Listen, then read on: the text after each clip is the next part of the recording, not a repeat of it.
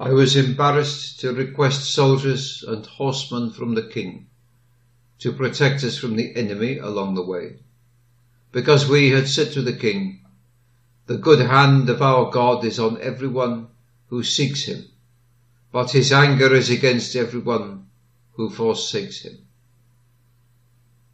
Ezra chapter 8 verse 22. A convoy on many accounts would have been desirable for the pilgrim band, but a holy shamefacedness would not allow Ezra to seek one. He feared lest the heathen king should think his professions of faith in God to be mere hypocrisy, or imagine that the God of Israel was not able to preserve his own worshippers.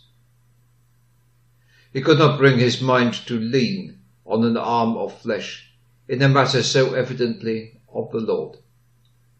And therefore the caravan set out with no visible protection, guarded by him who is the sword and shield of his people. It is to be feared that few believers feel this holy jealousy for God, even those who in a measure walk by faith occasionally mar the lustre of their life by craving aid from their fellow man. It is a most blessed thing to have no props and no buttresses, but to stand upright on the rock of ages, upheld by the Lord alone.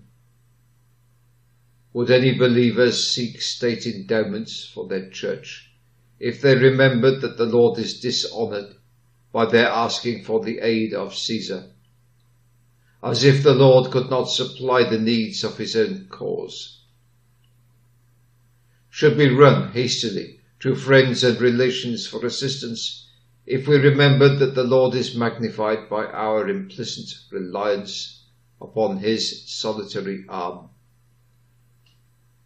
My soul, wait only upon God.